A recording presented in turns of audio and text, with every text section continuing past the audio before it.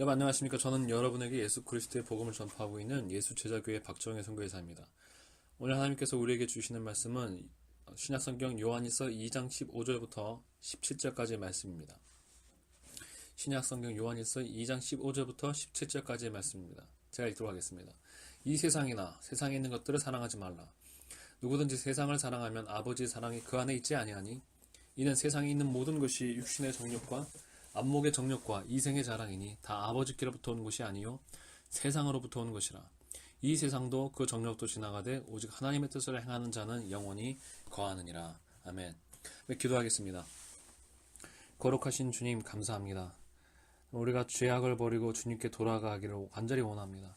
이 시간 이 말씀을 통하여서 우리가 참된 회개를 할 수 있도록 이 시간 우리 심령 가운데 역사하여 주시고 우리의 모든 정욕과 세상을 사랑하는 마음이 다 사라지고 우리 안에 거룩한 주님의 새 마음이 될 수 있도록 우리 가운데 역사하여 주시옵소서. 예수님 이름으로 기도했습니다. 아멘. 지난 시간에 우리는 회개에 대해서 성경적인 회개가 무엇인가, 즉 진리에서 말하는 하나님의 말씀이 진리가 선포하는 참된 회개는 무엇인가 우리는 살펴보았습니다. 아직 우리가 지금 회개에는 크게 두 가지 측면이 있습니다. 첫째는 하나님에 대한 죄를 버리고 마음을 새롭게 하는 것, 그 둘째는 사람들에 대한 죄를 버리고 마음을 새롭게 하는 것.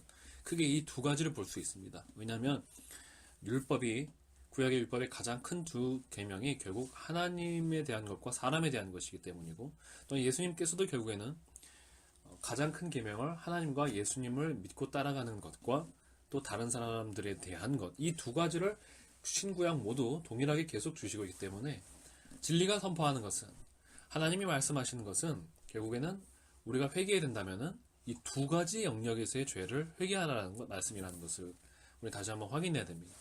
그래서 지금 우리가 이번 시간까지 계속 살펴보는 것은 우리가 하나님께 대한 우리의 죄가 무엇인지, 하나님을 향한 저와 여러분의 죄가 무엇인지, 그리고 그래서 우리가 어떻게 진정 버려야 되는지 계속 살펴보도록 하겠습니다. 지난주에 봤던 것처럼 인간의 가장 큰 죄의 시작은 눈에 보이는 사람들이나 눈에 보이는 어떠한 이 물질 세계에 대한 죄가 시작이 아니라고 했습니다. 그것은 눈에 보이지 아니하시는, 그러나 우리의 심령 가운데 양심을 통하여서 또 진리된 성경 말씀을 통하여서 우리에게 당신의 진리를 선포하신 그 하나님에 대한 우리의 반역과 거역함이라고 말씀드렸습니다. 하나님은 진리이시고 하나님 자체가 정의이시고 공의로우시기 때문에 하나님은 마땅히 모든 사람들의 절대적인 순종을 받으셔야만 합니다. 이것이 모든 우주와 세상의 기초 질서가 되는 것입니다. 우리가 얼마 전에 소위 불통한다고 하면서 자신의 직권을 남용한 대통령을 탄핵시켰습니다. 헌법재판관들 결정을 통해 탄핵시켰습니다. 그것은 매우 잘한 것이고 제 개인적인 견해가 아니라 그것은 성경적으로 봤을 때 마땅히 되었어야 되는 일입니다. 물론 지금 이 나라는 아직도 그 대통령이 내려오더라도 아직도 지도부들이 너무 많이 부패해 있기 때문에 아직도 심판받아야 될 영역이 너무나 많습니다.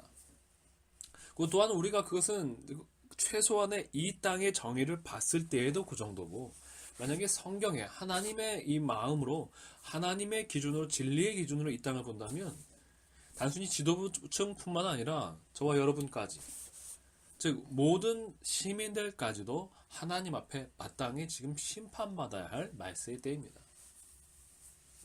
근데 우리가 지난 대통령을 탄핵소추한 가장 큰 이유 중에 하나가 그가 뭐예요? 그가 헌법 기초 질서를 지키지 않았다는 것이죠. 그가 직권을 남용했다고 하는 것이죠. 우리가 인류 역사 가운데 우리가 독재자를 원하지 않습니다. 독재자는 절대 원치 않습니다. 독재자가 잘못된 것은 그 독재자들이 정의롭지 않기 때문이에요.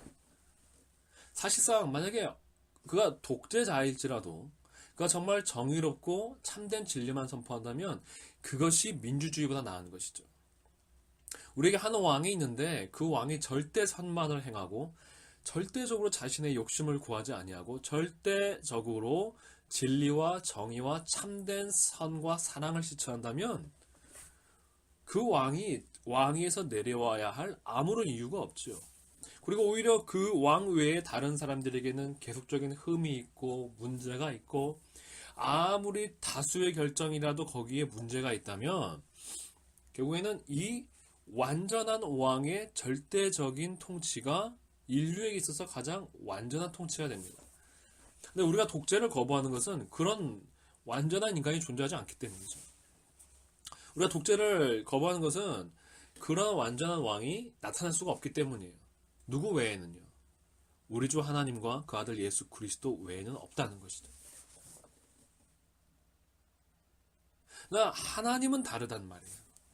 하나님은 어떠한 민주정권, 어떠한 독재정권, 어떠한 선한 왕의 통치와도 비교할 수 없는 가장 완전한 정의의 실현을 이루시는 분이 있습니다.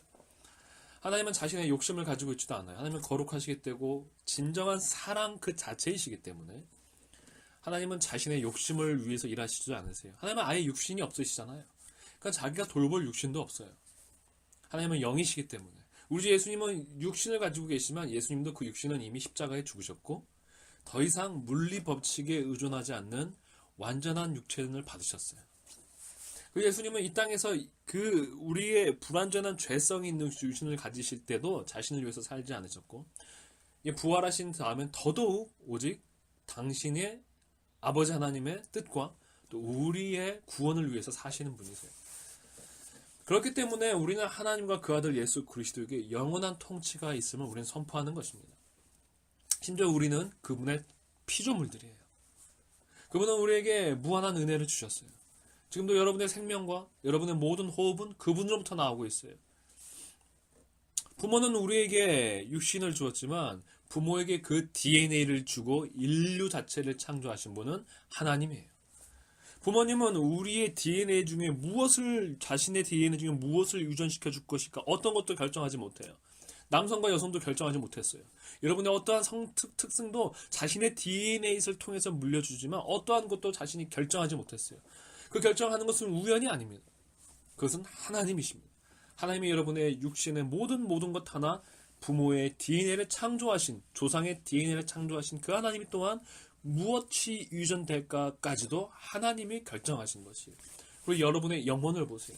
그것은 부모로부터 영향을 받았지만 그렇다고 부모의 것으로부터 온 것도 아니에요. 그건 육신의 DNA에 속해 있지도 않아요. 나의 육신의 어떠한 상태에 내 영혼이 영향을 받을 수는 있지만 그로부터 절대적으로 자유해요. 그래서 인간의 영혼은 절대적인 하나님의 존재의 증거가 되는 거예요. 우리가 아무리 아파도 소위 말해서 내가 정신을 차리면 내 몸이 아프고 고통스럽고 내 몸이 죽게 생길 것과 상관없이 내 영혼은 그것과 다르게 보존되어 있어요. 그리고 심지어 그 영혼이 그 정신이 육신을 이기기도 해요. 그리고 우리는 믿는 바 결국에는 이 영혼이 불변하는 것이고 이 영혼이야말로 영원한 것이고 이 영혼이 육신의 모든 정욕과 육신의 모든 죄악들을 이기고 하나님의 뜻대로 살아가는 것이 인간의 진정한 본질적인 존재의 의미를 믿는 것입니다. 이것이 우리의 믿음이에요. 그리고 그 영혼을 구원하시고 지금은 우리가 예수 그리스도를 믿기 전에는 죄를 지어서 죄의 종이요 육신의 정욕에 나의 옛사람의 정욕의 종이었던 이 육신을 해방시키고 구원하셔서 새롭게 다시 태어나게 하시는 분은 오직 하나님의 아들 예수 그리스도이심을 우리는 믿는 것입니다. 그것이 우리는 구원임을 믿는 것이죠. 자, 그럼 다시 결국 하나님이 모든 인간의 순종과 찬양과 존귀를 받기에 합당하신 분이심을 우리는 다시 한번 선포하는 것입니다. 그 아들 예수 그리스도야말로 모든 인간의 왕이 되셔야 될 유일한 분임을 우리는 선포하는 것이에요. 단순히 힘이 전능하기 때문이 아니라 가장 선하시고 어떠한 흠도 없고 어떠한 결점도 없으며 가장 완전한 사랑을 가지신 분이기 때문에 그러하다는 것이죠. 근데 우리의 죄는 무엇입니까? 그 하나님과 그 아들 예수 그리스도의 통치를 거부한 데 있어요. 교회를 다닌다고 해서 하나님의 통치를 자연적으로 습득하는 게 아니죠. 자연적으로 하나님께 순종하는 것이 아닙니다. 만약에 그러하였다면 이스라엘 백성은 결코 하나님 앞에 죄를 지었을 리가 없었을 것입니다. 그러나 예수님께서 이 땅에 오셨을 때에 가장 먼저 회개를 선포하는 것이 유대인들이었습니다. 그것은 단순히 내가 기독교라는 종교에 가담하고 있다고 해서 교회 행사를 하고 교회 부흥회에 나가고 새벽 기도회를 나가고 목사가 되고 장로가 된다고 해서 하나님께 순종하는 것이 아님을 성경은 계속 역사를 통해서 증거하였습니다. 그러면 진정 하나님을 향한 순종은 무엇입니까? 하나님에게 절대적으로 순종해서 내 자신을 버리고 하나님의 아들 예수 그리스도를 믿어 그 예수 그리스도를 통해서 성령을 받아서 하나님의 영에 순종하며 하나님의 말씀의 진리에 순종하며 내 자신을 부인하며 살아가는 삶이 하나님이 원하시는 믿음이요 하나님이 원하시는 순종임을 우리는 보았습니다. 근데 교회를 아무리 다닌다고 해서 또 목사라고 해서 그렇게 살지 않는다면 절대 그건 하나님의 백성이 될 수가 없는 것입니다. 심지어 지금 교회들은 이러한 진리 자체를 가렸고 이러한 주님께서 말씀하시는 참된 순종의 의미를 축소시키고 최소화시켜서 쉽고 가볍게 믿어도 된다고 오도하고 있습니다. 그러나 그렇게 아무리 주장하는 것은 그들의 자유일진정 그 뒤에는 반드시 하나님의 심판이 있고 그러한 가르침은 우리의 영혼을 죽이고 우리의 영혼을 오히려 하나님으로부터 멀어지게 하는 거짓되며 죄악된 복음인 것입니다. 잘못된 가르침인 것입니다.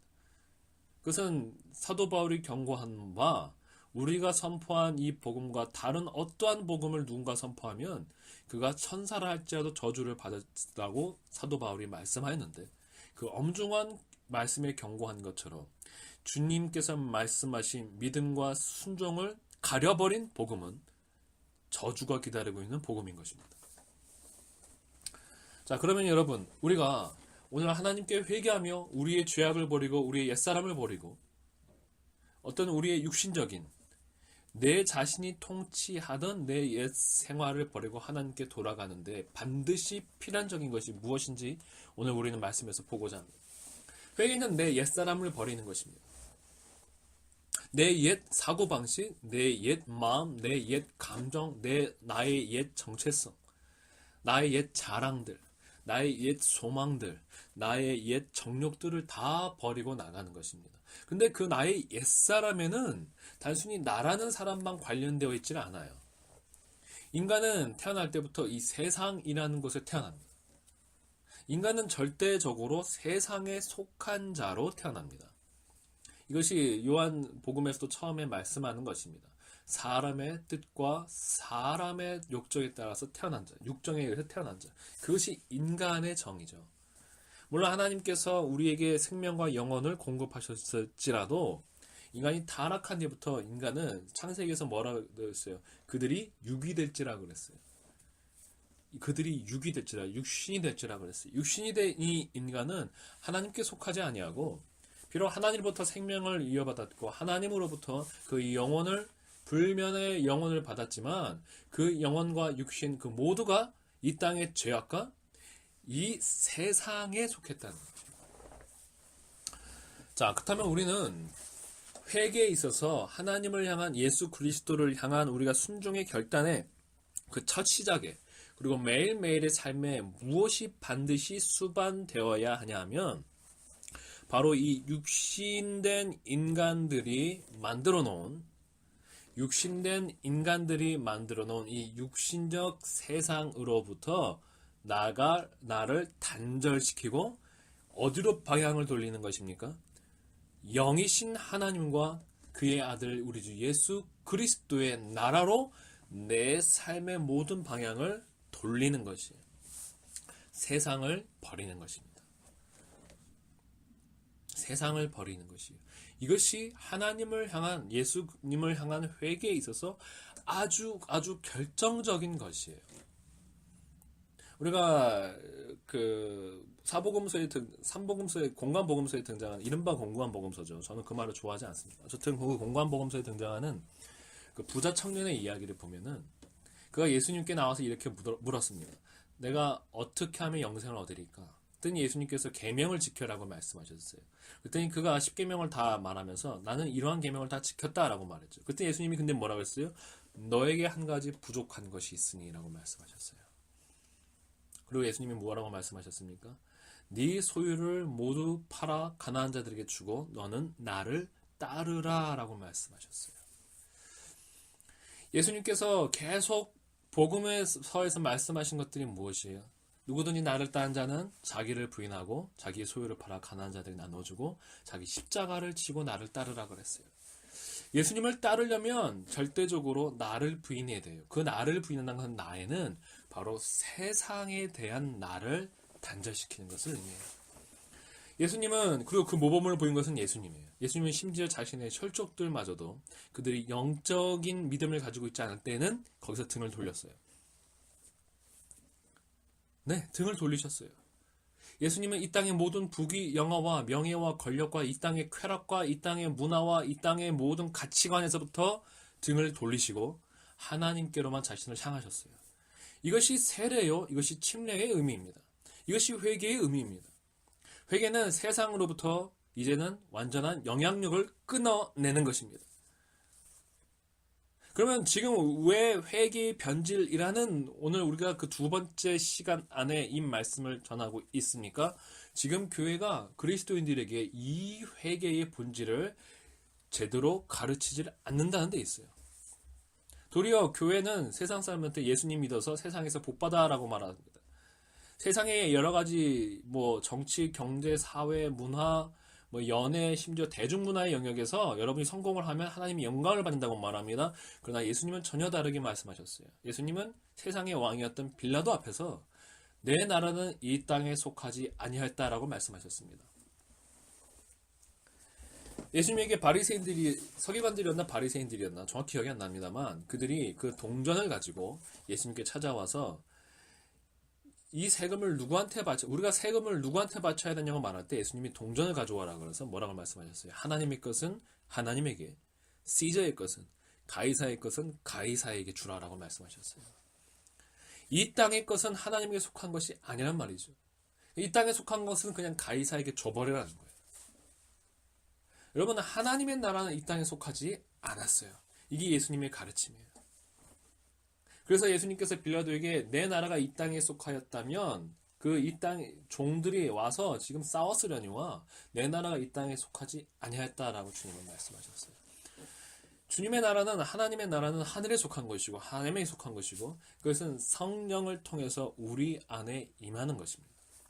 그래서 그 임한 하나님의 나라의 영을 받은 사람들이 모인 모임이 교회가 되는 것이지 건물이 교회가 되는 것이 아닙니다. 그리고 하나님의 나라는 이제 장차 다시 오실 예수 그리스도를 통해서 새 하늘과 새 땅을 통해 이 땅에 임하게 될 것입니다. 자, 그렇기 때문에 그리스도인들은 그래서 베드로 사도가 뭐라고 했어요? 이 땅에서 너희는 외인이요 나그네라고 말씀하셨습니다. 사도 바울도 이렇게 말씀하셨어요. 너희 시민권은 하늘에 있나니라고 말씀하셨어요. 예수님이 그들은 세상에 속하였지만 너희는 하나님에게 속했다고 말씀하셨어요. 그래서 오늘 사도 요한일서에서 뭐라고 말씀하셨습니까? 세상에 있는 모든 것이 다 육신의 정욕과 안목의 정욕과 이생의 자랑에서 나온 것이니 하나님으로부터 오지를 않았다라고 말씀하고 있습니다. 자연 만물 하나님이 창조하신 것이시죠. 그러나 아담이 죄를 범했을 때 심지어 자연 만물도 타락을 하였고 그 인간이 이제 도시를 만들고 가인이 처음으로 성을 세우죠.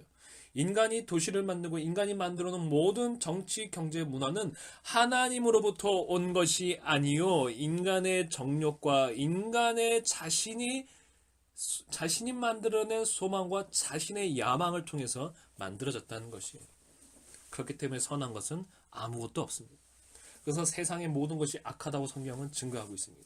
예수께서 그래서 요한복음에서 또 다른 곳에서 이렇게 말씀하셨어요. 세상이 너희를 미워하지 아니하되 나를 미워하나니 이는 내가 세상의 일들을 악하다고 증언함이라 라고 요한복음 7장 7절에서 말씀하고 계셨어요. 예수님 뭐래요? 내가 세상의 일들을 악하다고 증언한다고 말씀하셨어요. 세상의 모든 일들은 악해요. 심지어 여러분이 선하다고 느낄 이 민주주의마저도 다 악한 것이에요. 물론 우리가 그 악에도 정도가 있겠죠. 그러나 민주주의도 악한 것이에요. 민주주의는 왜요? 하나님이 아니라 결국은 인간들의 힘을 믿기 때문이에요. 그래서 모든 영광들을 결국 누구에게 돌려요? 민중에게 돌리죠. 민중을 선하게 만드는 거예요. 그러나 민중은 결코 선하지 않습니다. 대중은 결코 선하지 않습니다. 물론 이번 일에서는 독재자보단 나았죠. 하지만 민중은 때로는 엄청난 결정을 내려요. 히틀러를 뽑았던 것도 이 민중이에요. 이번에 탄핵당한 대통령을 뽑은 것도 이 민중이에요. 과거에 히틀러를 뽑아서 그 엄청난 학살을 시키게 만들도록 투표를 한 것도 결국 민중들이에요. 예수님을 죽인 것도 대중이에요. 왕정이 선한 그것도 정의가 아님을 우리는 보았죠. 왜요? 인간이 악하니까. 인간이 악하기 때문에 그 인간이 만들어놓은 세상의 모든 것은 어떻게 선하게 만들어도 악할 수밖에 없어요. 본질이 악인데 본질이 악한 인간들이 만들어놓은 그 어디에 선이 있겠습니까? 여러분 그거는 굉장한 자기 모순이에요. 여러분 육에서는 육이 나올 수밖에 없어요. 땅에서 나온 것은 땅일 수밖에 없어요.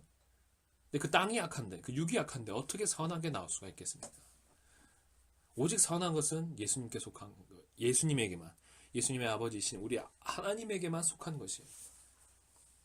그래서 주님께서는 이 땅의 모든 자들에게 회개하라고 외치시는 거예요. 회개하지 않을 자가 아무도 없어요. 모든 자는 회개해야 돼요. 모든 자는 죄인이고 모든 자는 하나님 앞에 죄악을 범했어요. 중요한 것은 여러분이 이 세상이 얼마나 악한지를 얼마나 명확하고 체험적으로 깨닫느냐예요. 여러분이 믿어야 돼요. 예수님이 세상의 일 악하다고 증언한다고 그러셨어요. 근데 세상은 이 말을 싫어해서 예수님을 미워한다고 그랬어요.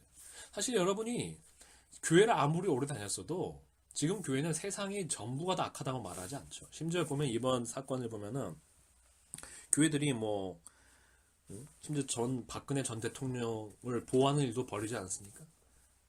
여러분 어떻게 예수님을 믿지도 않고 하나님을 회개하지도 않은 그 대통령이 선할 수가 있습니까? 심지어 자신의 하나님의 영광이 아니라 자신의 영광을 위해서 산 그 사람이 어떻게 선하다고 할 수가 있겠습니까? 예수님하고 그 사람을 비교해 보십시오. 제가 웃어서 죄송한데 이 웃음이 재밌어서 웃는 게 아니라 너무 기가 막혀서 나오는 웃음입니다. 어떻게 감히 비교가 되겠습니까? 자신의 모든 영광을 버리시고 이 땅에서 왕궁조차 가지지 않으신 우리 주 예수 그리스도와 어떻게 박근혜 전 대통령이 비교가 될 수가 있겠습니까? 어떻게 로마 교황이 비교가 될 수가 있겠습니까? 어떻게 지금 이 시대의 목사들이 비교가 될 수가 있겠습니까? 여러분, 우리 주 예수 그리스도만이 선하십니다. 우리가 그분의 은혜로 말미암아서 성령으로 그분처럼 다시 거듭났고 또 그분의 가신 그 길을 살아갈 때에만 우리는 의인이 될 수가 있는 것이에요. 저도 마찬가지고 여러분도 마찬가지예요. 이 세상의 모든 일들 가운데는 종교, 정치 모든 것이 다 들어갑니다. 자, 그렇다면 이 시대의 교회의 회개에 또 잘못된 것은 무엇입니까? 즉 세상으로부터 완전한 단절을 말하지 않고 세상에서 잘 되는 것을 허락해 준다 그랬어요. 세상을 다 버리지 않게 만든다 그랬죠. 근데 그것은 잘못된 것이에요. 물론 주님께서 우리가 세상의 모든 것을 다 버리는 결단을 하면 남겨놓을 것들을 내 마음에 남겨놓으시죠. 근데 그것은 내가 남겨놓아야 하기 때문이 아니라 주님께서 주님의 복음을 전파할 영역으로 남겨놓는 거죠. 근데 거기서는 언제든지 변화가 될 수가 있는 거예요. 직업도 언제든지 바뀔 수가 있는 거예요. 왜요?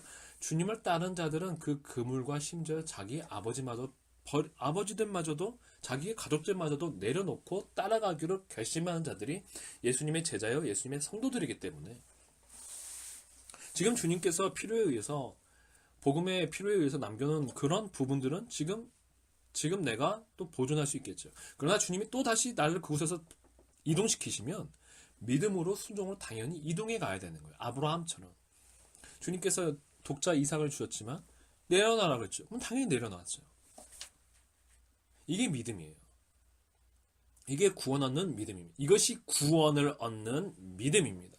제자 훈련하면서 세상에서부터 돌아서는 것을 명하지 않고 도리어 세상에서 뛰어나고 탁월한 사람이 되라. 이거는 성경의 말씀과 완전히 배척되는 거죠.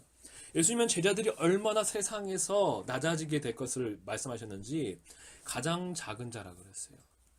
제자들은 가장 작은 자예요. 어린아이 같은 자가 되는 거예요. 어린아이 같다는 게 무슨 아무것도 몰라서 그냥 순진무구해서 어린아이가 아니라 가장 작은 자를 말씀하는 거예요. 세상에서 가장 작은 자가 돼요. 왜요? 세상의 모든 부귀, 영화, 명예, 권력을 내려놓기 때문이에요. 근데 교회 다니면서 여러분이 취직하고 여러분이 무슨 뛰어난 공무원이라고 여러분이 뛰어난 연구원이 돼서 여러분의 영역을 탁월하는 것이 하나님의 뜻입니다? 전혀 그렇지 않아요. 이 점에 있어서 우리는 오랫동안 그 칼빈의 그 칼빈의 직업론에 굉장히 속아온 거죠. 여러분, 칼빈이 말하는 무슨 전 좀 그걸 잊어버려서 그 정확한 전문적 용어가 생각이 안 납니다. 어쨌든 칼빈이 각 사람마다 하나님께서 직업 소명서라고 그러죠. 그렇죠? 직업을 하나님의 뜻으로 불렀다고 말하죠. 근데 그것은 칼빈의 생각이에요. 이 장로교의 창시자가 칼빈인데, 칼빈이 행한 가장 잘못된 복음의 변질 죄악 중에 하나가 뭐냐면, 그가 제네바를 그가 다스린 거예요. 그러니까 이걸 자꾸 다스리지 않았다고 거부하지만 어쨌든 그는 제네바의 정치에 참여했어요. 세상의 일들에 예수님은 관여하지 않았어요. 그건 세상의 일들이 잘 되기 때문이 아니라 주님은 그들이 이 세상의 제도의 통치자가 되질 않았어요. 그래서 요한복음 6장을 보면은 이 세상 예수님께서 5,000명을 오병 이의 기조로 먹이셨을 때에 그때 유대 대중들이 예수님을 임금을 세우려고 온다고 했을 때 예수님은 그들을 쫓아보냈다고 말씀하고 계시죠. 왜요? 계속해서 예수님은 세상에 속한 자가 아니기 때문이에요. 예수님은 하나님의 나라의 왕이시고 그 하나님의 나라를 이 땅에 성령을 통해서 침투시키기 위해서 오신 분이에요. 복음과 성령을 통해서요. 하나님의 나라는 인간의 힘과 능과 인간의 방법으로 세워지지 않아요. 그러면 하나님의 나라가 아니죠. 그렇게 되면 누구의 나라가 되겠죠. 칼빈의 제네바였던 것처럼. 여러분, 우리는 이 땅에서 그리스도께서 다시 오실 때까지 그리스도인은 이 땅의 통치자로 그리스도의 이름으로 이 땅의 통치자가 될 수 없어요. 그래서 교황이 그래서 잘못된 거예요. 그리고 그가 했던 방법들을 비슷하게 따라한 칼빈도 그래서 잘못된 거예요. 그래서 종교개혁자들의 마틴 루터도 그래서 잘못된 거예요. 교회는 세상에서 철저히 구별되어야 됩니다. 이것이 예수님의 복음이에요. 예수님이 말씀하신 교회예요. 예수님은 절대로 이 땅의 통치에 참여하지 않았어요. 이게 굉장히 중요한 거예요, 여러분. 이게 교회를 타락시키고 타락시키지 않는 분기점이 돼요. 교회가 세상의 통치에 관여할 때에 교회는 타락해요. 물론 교회는 세상의 죄악에 대해서 목소리를 내야 돼요. 그걸 지적해야 돼요. 그것이 세례요한이 하신 것이고 예수님이 한 것이고 예수님의 제자들이 한 거예요. 그런데 세상의 통치 영역의 일부분을 맡지 않아요. 절대 맡지 않아요. 그리스도의 이름으로 맡지 않아요. 왜요? 그리스도는 이 땅의 통치자가 아니라 하나님의 나라의 통치자예요. 교회 역시 하나님의 나라지 이 땅의 나라의 주권자가 아니기 때문이에요. 그래서 오히려 에베소서에서 우리의 싸움은 혈과 육이 된 것이 아니요 이 땅의 통치와 정사와 권세와 이 땅의 어둠의 영의 주권자들에 대한 영적인 싸움이라고 말씀하고 있어요. 그래서 사도 바울이 뭐예요? 어떻게 믿는 자와 믿지 않는 자가 함께 멍에를 같이 하냐 그랬죠. 우리는 그들의 일에 정치적으로 참여할 수 없어요. 그리스도 이름으로 참여할 수 없어요. 우리는 투표도 할 수 있겠고 개 중에 정치인이 나올 수도 있고 군인이 나올 수도 있겠죠. 그러나 절대 그리스도의 이름으로 하면 안 돼요. 그건 죄예요. 그리스도의 통치는 그러한 인간적인 죄악된 인간들의 방법으로 이루어지지 절대 아니하고 오직 성령의 다스리심과 진리를 통해서 이루어지는 것입니다. 영과 진리를 통해서 이루어지는 것이지 투표와 데모와 무슨 방송과 언론 플레이와 사람들을 끌어모으는 시민단체들의 힘과 정당과 투표의 힘으로 이루어지는 것이 절대 아니에요. 그렇기 때문에 우리가 알고 있는 이 개신교들은 이미 그 태생에서부터 세상과의 관계를 잘못 지었고 그것은 결국 그 열매로 말미암아서 지금 있는 장로교단이든지 감리교단이라든지 순복음은 말할 것도 모든 것들이 어떤 식으로든 이 땅에 뿌리를 받고 있다는 거예요. 여러분, 대한예수교가 뭡니까 대체? 대한예수교 장로회, 대한예수교가 뭡니까? 어떻게 예수님의 교회가 대한민국에 속했습니까? 예수교는 또 뭡니까? 예수님을 믿는 것이 정말 이 땅에 있는 종교입니까? 아닙니다. 종교는 우상이나 죽은 신을 섬기는 것이 종교예요. 그러면 진정 살아계신 하나님, 살아계신 부활하신 우리 주 예수 그리스도를 섬기는 것은 믿음이에요. 믿음. 살아계신 분을 섬기는 걸 우리는 종교라고 하지 않죠. 진정한 살아계신 신인지 진정한 살아계신 우리 주 예수 그리스도에 내 삶을 바치는 것은 종교라는 어떠한 이 세상의 한 영역이 아니라 여러분의 삶 전체가 되어야 되는 것이죠. 그것이 살아계신 예수님을 믿는 것이에요. 회개는 결국에는 이미 여기서 말씀한 것처럼 성경 곳곳에서 말씀하고 있지만 하나님으로부터 나오지 않고 사람의 안목의 정욕과 이생의 자랑과 육신의 정욕에서부터 탄생된 이 세상에서부터 돌아서는 것이에요. 그래서 사도 바울이 갈라디아서 나는 그리스도와 함께 십자가 못 박혔나니 세상도 내가 세상에 대해서 십자가 못 박혔고 세상도 나에 대해서 그러하다라고 말씀하고 있어요. 우리는 세상에 대해서 믿음으로 성령 안에서 예수 그리스도로 말미암아 십자가에 못 박혀 죽은 자가 되어야 돼요. 더 이상 세상을 사랑하면 안 돼요. 그래서 요한일서에 세상이나 세상에 있는 것들을 사랑하지 말라라고 하신 거예요.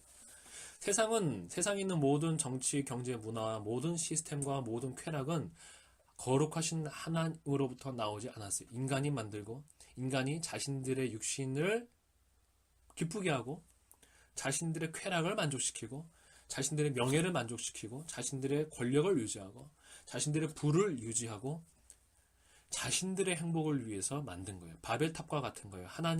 하나님을 섬기는 것과 상관이 없이 하나님의 뜻을 오롯이 이루는 것과 상관없이 통치자들, 때로는 자기 시민들, 때로는 자기 자신들의 육신적 이익을 위해서 만들어 놓은 것이 바벨탑, 곧 이 세상이에요. 그것이 바벨론이에요. 이 세상이에요. 바벨탑은 이 세상을 상징하는 거예요. 인간이 뭉치죠. 그래서 하나님으로부터 따로 독립된 세상을 원하는 것이에요. 그것이 인류의 역사예요. 그러나 반드시 바벨탑은 무너졌었고 또 무너질 것이에요. 예수께서 다시 오시는 날에. 그래서 예수님을 믿는 사람들은 이 땅의 방법으로 하나님을 섬기지 않아요. 이 땅의 방법을 가지고 우리가 하나님을 섬기려고 할 때에 우리는 도리어 하나님의 이름을 욕되게 만들 수가 있어요. 하나님의 영광을 가리는 거예요. 우리가 진정 하나님을 하나님답게 영화롭게 하기를 원한다면 우리는 인간이 가지고 있는 재능과 인간이 가지고 있는 힘에 의존하면 안 돼요. 우리 성령의 의존함으로 말미암아 우리 육신이 그 성령에 복종하여 나오는 성령의 역사로 말미암아 이루어져야 되는 것이에요. 초대교회는 그렇게 시작이 되었어요. 초대교회는 그렇게 시작이 됐어요. 초대교회가 원했던 것은 돈과 건물이 아니었어요. 성령의 권능이었어요. 그들은 성령의 권능을 받아 사람들을 회개시켰고 사람들은 그들이 말하지 않아도 자발적으로 자신들의 재산을 주님께서 명령하셨던 것처럼 다 내려놓아서 이 복음의 전파와 가난한 자들의 구제를 위해서 쓰이게 하였어요. 네, 중요한 것은 돈과 사람들의 힘이 아니에요. 성령의 권능이에요. 어떻게 그 120명의 사람들이 무슨 힘이 있어서 사람들을 회개시킬 수가 있었겠어요? 그들이 돈으로 회개시켰나요? 그들이 어떤 프로그램을 회개시켰나요? 그들이 세상의 어떤 정치 권력을 해결시켰나요? 아니에요. 오직 성령의 권능을 받아 그들이 5,000명을 회개를 시켰고 그 5,000명이 이룬 교회 역시 성령을 받아서 사람의 힘과 자신들의 인구의 힘에도 의지하지 않았어요. 그 사람들이 데모하는 거 봤습니까? 그 사람들이 사도들이 잡혀갔는데 어디 데모하고 어디 SNS에 항의하고 하는 거 봤습니까? 그걸 악하다고 말했지만 그들은 결코 단체 힘을 통해서 자신들의 위력으로 절대 복음을 전파하지 않았어요. 오직 성령의 능력에 의존하여서 한 사람 한 사람이 예수님처럼 살고 예수님처럼 선포했어요. 물론 그들이 받은 은사는 달랐지만 그들은 모두 예수님처럼 살길 원했고 그래서 그들은 스스로를 그리스도의 제자로 일컫는 거예요. 여러분 정말 예수님을 믿는 사람이 되기를 원하십니까? 네, 예수님을 믿으시기 바랍니다. 예수님 안에 참된 생명과 참된 진리는 오직 예수님 안에만 있습니다. 그렇다면 여러분은 무엇을 해야 됩니까? 여러분은 세상으로부터 여러분 자신을 십자가에 못 박아야 됩니다. 여러분의 가지고 있던 야망, 꿈 내려놓으십시오. 여러분 청년이십니까? 여러분 취업 문제 내려놓으십시오. 더 중요한 건 여러분이 구원을 받아 예수 그리스도를 따라가는 것입니다. 저도 원래 한양대 법대 나오고 그것도 버리고 신학원 갔지만 신학대학원마저도 미국에 유학까지 갔지만 버리고 오직 예수 그리스도만을 따라가기로 결심하고 모든 걸 내려놨습니다. 신학대학원을 내려놓은 건 몇 번 간증을 드렸지만 신학대학원의 가르침 자체가 아까 뭐 장로교든 침례교든 어디든 결국에는 이 세상과의 단절을 온전히 일리하지 않고 복음을 변질시켜서 치기 때문이었고, 그들이 형성한 교단 역시 결국에는 인간적이고 사람들의 힘에 의존하는 인간적인 단체였기 때문에 저는 거기서 떨어져 나왔어요. 그리고 오직 주님의 지금 역사하신 말을 기다리고 있어요. 그렇기 때문에 저는 때로는 제가 이 스스로 저와 제 가족들의 어떤 생계를, 저보다도 제 가족들의 생계를 위해서 때로는 뭐 공장에서도 일하고, 때로는 뭐 소위 말하는 노가다라고 하죠. 일용직으로도 일하고 그렇게 하면서 생계를 유지하면서 살아왔습니다. 원래 영어학원에서 제가 좀 원주로 왔지 않습니까? 원주로 오기 전까지는 영어학원에서 꽤나 오랫동안 가르쳤는데 이제 그것마저도 내려놨습니다.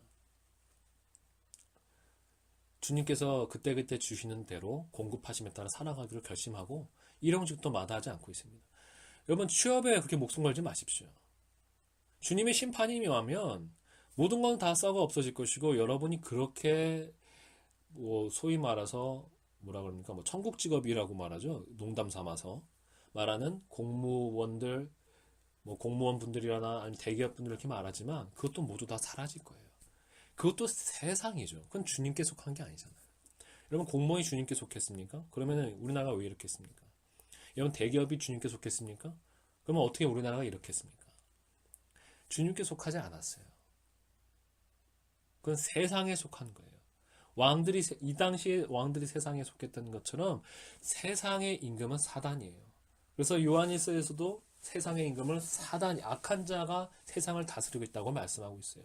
그건 인간이 범죄한 때부터 지금까지, 예수님이 다시 오실 때까지 계속되는 거예요. 이 세상은 사단에게 속한 거고, 하나님의 나라는 하나님과 그 아들 예수 그리스도에게 속해 있어요. 여러분, 둘 중에 하나를 선택해야 돼요. 하나님과 재물을, 하나님과 세상을 겸하여 섬길 수 없어요. 여러분의 마음속에 취업이 가장 중요한 문제일 때 여러분은 취업의 종이요, 직장의 종이요, 결국에는 사단의 종인 거예요. 여러분, 겸하여 섬길 수 없어요.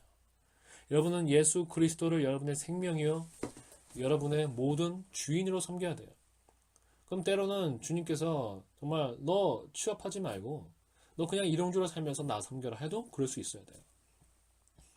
여러분의 취직이 계속 우상일 때 여러분은 주님의 그 부르심을 들을 수가 없어요.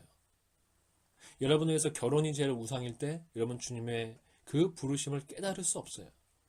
여러분에 있어서 노후 안정이 가장 큰 여러분에게 우상일 때 여러분은 절대 주님의 그 진리를 깨달을 수 없어요.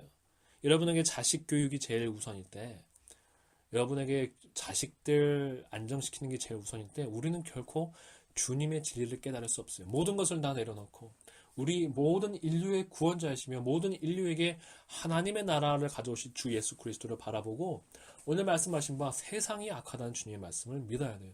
그래서 예수께서 십자가에 죽으시기 전에 이제 세상 임금이 심판받았다라고 말씀하셨어요. 세상 임금에서 예수님이 말한 세상 임금은 그 당시 있었던 헤롯이나 빌라도나 로마의 황제를 말하는 게 아니에요. 세상의 임금은 결국에는 사탄이에요. 여러분이 저 앞에 눈에 보이는 지금 이 땅을 다스리는 수많은 지도자들도 그리고 그 배우는 사탄이 있어요. 사탄이 이 땅의 통치자예요. 사탄으로부터 모든 정치, 경제, 문화와 모든 것들이 다 운영되는 것과 똑같아요. 무슨 유치하게 무슨 뭐 대중음악을 뒤로 틀어 악마의 사랑 그러는 것이 아니라 그 모든 정신, 대중문화나 정치나 경제 그 모든 정신에는 결국에는 하나님이 아니라 인본주의와 인간을 높이고 인간을 뛰어나게 하는 것이 들어가 있을 뿐이에요. 심지어 그것이 중세 시대처럼 돌아가서 카톨릭이 다스리는 시대가 와도 마찬가지예요. 왜요? 교회가 세상의 권력적인 힘으로 이 땅을 다스릴 때 이미 그 교회 자체는 타락해서 절대 주님의 뜻으로 다스릴 수가 없어요. 그 주님은 아예 그러한 방법으로 이 땅을 다스리지 않으셨고 제자들에게 이 땅으로부터 구별될 것을 말씀하셨지 이 땅의 지도자들이 되라고 하시지 않으셨어요. 여러분, 그렇다면 우리는 세상에 여러분들이 지금 가지고 있던 그 야망, 여러분의 꿈, 소망을 다 버리고 우리의 소망은 무엇이 됩니까? 오직 예수께서 다시 임하시는 것이 되어야 돼요. 우리의 소망은 무엇이 됩니까? 예수님의 그 참된 부흥의 역사가 이 땅에 일어나서 주께서 말씀하신 그 반석 위에 세운 영적 교회가 일어나는 것이 우리의 소망이 되어야 돼요. 우리의 소망은 무엇입니까? 우리가 거룩하고 흠이 없이 완전함으로 주님의 앞에 나타나는 자가 되기를 우리가 소망하는 것이 되어야 돼요. 그래서 땅의 부르심은 아예 존재하지 않아요. 그건 칼빈의 거짓말이에요. 우리의 소명은 그리스도의 제자로서 하나님의 하나님 나라 백성으로 살아가는 것이 우리의 부르심이에요. 이것이 성경이 말하는 부르심이에요.